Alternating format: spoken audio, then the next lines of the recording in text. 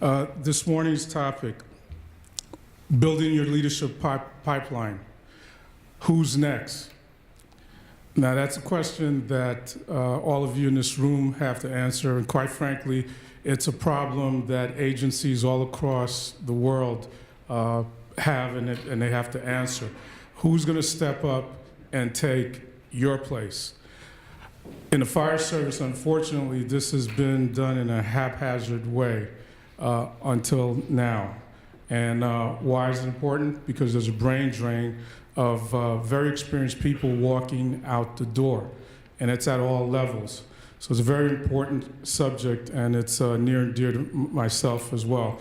As was mentioned, I recently retired within actually the last couple of months. Before I retired, I had this discussion with my staff, and there were a lot of things that precipitated my departure.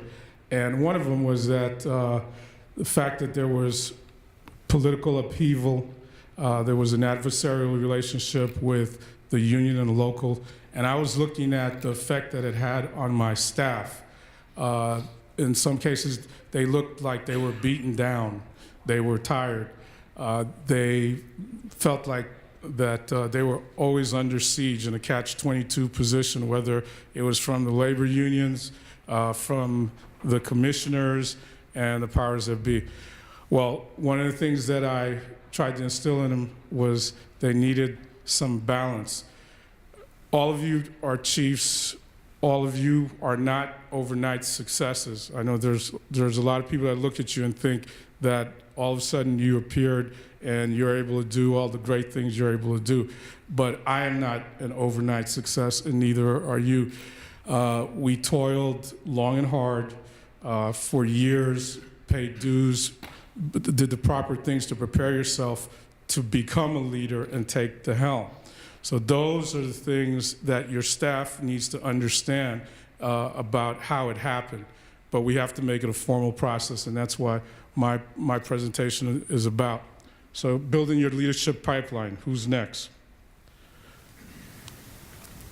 Okay. First of all, do you know who's in your organization? There are 5 generations. This has never occurred before. 5 generations working at the same time.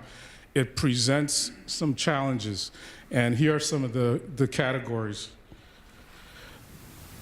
of folks, and some of you may identify with actually some of these. The traditional generation, born pre-1945, represents 8% of the workforce.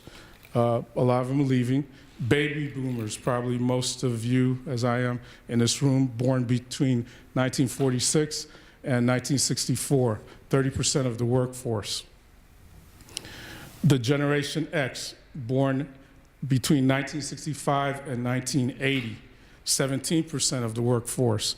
And look at the next number, Generation Y, 1981 to 1995, 25% of the workforce, almost as much as the baby boomers.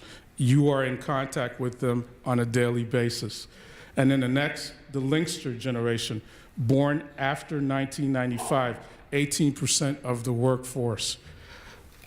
This is why we're seeing a lot of issues. I learned that in terms of leadership, you have to lead these folks differently. And all the studies have shown this.